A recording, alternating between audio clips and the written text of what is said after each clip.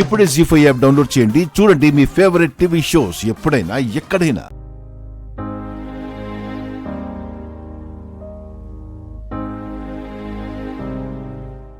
పాలు తీసుకోవేదా? మీరెందుకు తెచ్చారండి? వసంత తెచ్చుండేది కదా. పర్వాలేదులే. ఇంతకీ ఏం ఆలోచిస్తున్నావు? అవని మీదున్న ఇష్టంతో అక్షయ్ని ఇంట్లో ఉండనిచ్చాం. ఒక పక్క ఇష్టం లేని పిల్ల, మరో పక్క పద్ధతులు తెలియని పిల్ల. నాలాంటి జాతకం కలిగిన మనవరాలు, నాకు కావలసిన మనవరాలు నాకు దొరకడం లేదండి. అదేనండి నా ఆలోచనంతా, నా బాధంతా. ఏం చేస్తాం? మొదట్నుంచి మనం ఆశపడుతున్న దానికి వాస్తవంలో జరుగుతున్న వాటికి సంబంధం లేకుండా ఉన్నాయి.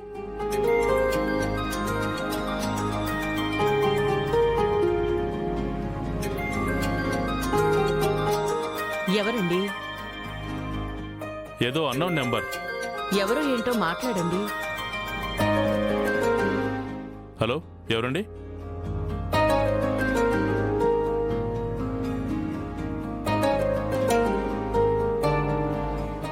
ఓం నమ శివాయ. నేను ప్రసాదరావు గారు, సిద్ధేశ్వర స్వామిని. స్వామి మీరా? వేద, సిద్ధేశ్వర స్వామి వారు. అవునా? స్పీకర్ ఆన్ చేయండి. నమస్కారం స్వామి. నమస్కారం. ఎంత కాలం అయిందండి మీ మాటలు విని. అవునమ్మా, మీ గురించి చాలా ప్రయత్నాలు చేశాం. తెలిసింది. శిష్యుడు అప్పుడప్పుడు కబురు పెడుతూనే ఉన్నాడు. మీతో మాట్లాడే అవకాశం కుదరలేదు. ఈలోగా 5 వార్షికాలు గడిచిపోయాయి. సరే, మీరందరూ ఎలా ఉన్నారు? ఏం చెప్పమంటారు స్వామి? మీరు హిమాలయాల్లో తపస్సులు చేసుకుంటూ గడపడం వలన మాకు దిక్కులేనట్టయిపోయింది. అలా మాట్లాడతావేంటమ్మా? 5 సంవత్సరాల క్రితం నేను చెప్పిన విధంగా మహర్జాతకంతో మనవరాలు పుట్టింది కదా.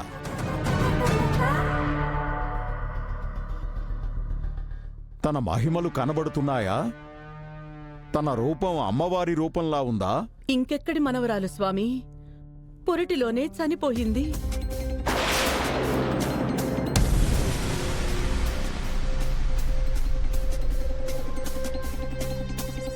మా ఇంటిలో కాంతులను వెదజల్లే అఖండ దీపం అవుతుందనుకున్న మా మనవరాలు ఆనాడే మా అందరికీ అన్యాయం చేసి వెళ్ళిపోయింది.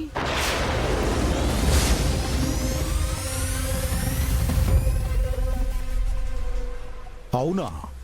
అలా జరిగిందా? అవును స్వామి, అంతా మా దురదృష్టం. ఆ బిడ్డ జాతకంలో మరణం కనిపించలేదు. తను చనిపోయి ఉండదు. ఎక్కడో ఉండే ఉంటుంది. ఏదో పొరపాటు జరిగింది. మా మనవరాలి జననం గురించి అంత గొప్పగా చెప్పిన మీరు తన మరణం గురించి ఎందుకు చెప్పలేదు స్వామి?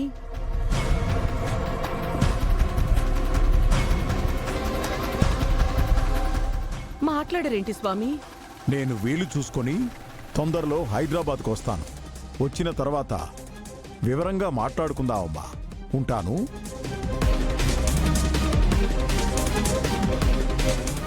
అవనికి పుట్టిన కూతురు కారణ జన్మురాలు. ఆ బిడ్డ చనిపోదు. అవని కూతురు చనిపోయిందంటే స్వామీజీ ఏం మాట్లాడకుండా అలా పెట్టేశారేంటండి? ఆనాడు స్వామీజీ చెప్పిందంతా అబద్ధం కాబట్టి.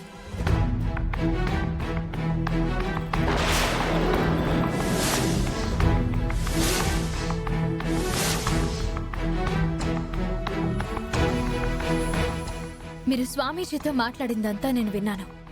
అందుకే నేనొక నిర్ణయానికి వచ్చాను. దైవంను ఎలా నమ్మడం మానేశానో, దైవదూతలమని చెప్పుకుని తిరుగుతున్నా ఇలా స్వామీజీలను కూడా నమ్మడం మానేస్తున్నాను.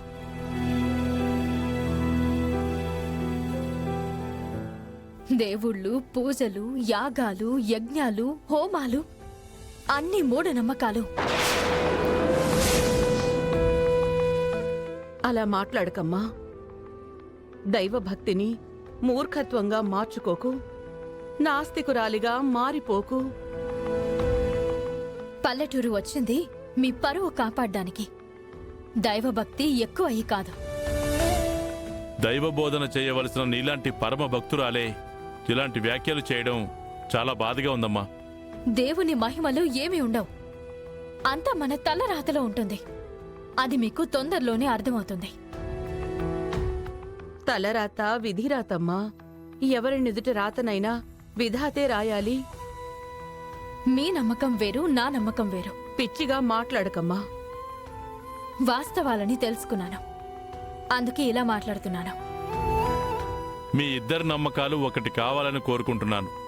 ముందు మీరు గొడవ పడకండి.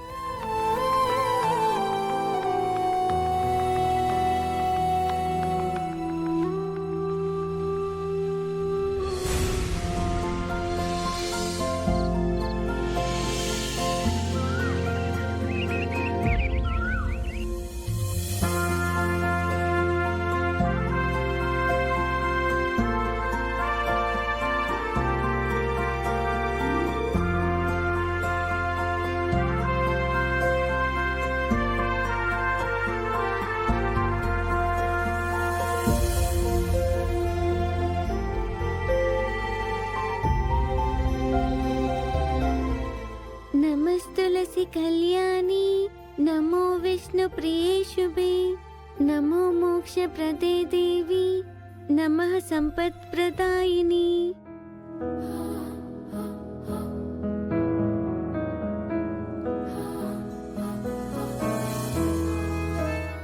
పిల్ల ఎంత పద్ధతిగా ఉందండి. అవును సుధా, ఈ ఇల్లు ఆచార సాంప్రదాయాలకు నిలయం. తులసికోట ముందు బాలదేవతలా కనబడుతున్న ఈ పాప ఖచ్చితంగా వేదవతి గారి మనవరాలై ఉంటుంది. నమస్తులసి కళ్యాణి. అవునండి, వెళ్ళి పలకరిద్దాం రండి. పూజ చేసుకుంటుంది కదా, ఈ సమయంలో డిస్టర్బ్ చేయొద్దులే. ముందు వేదవతి గారిని కలుద్దాం పద. నమోస్తులసి నమో దేవి నమో విష్ణు ప్రియే శుభే.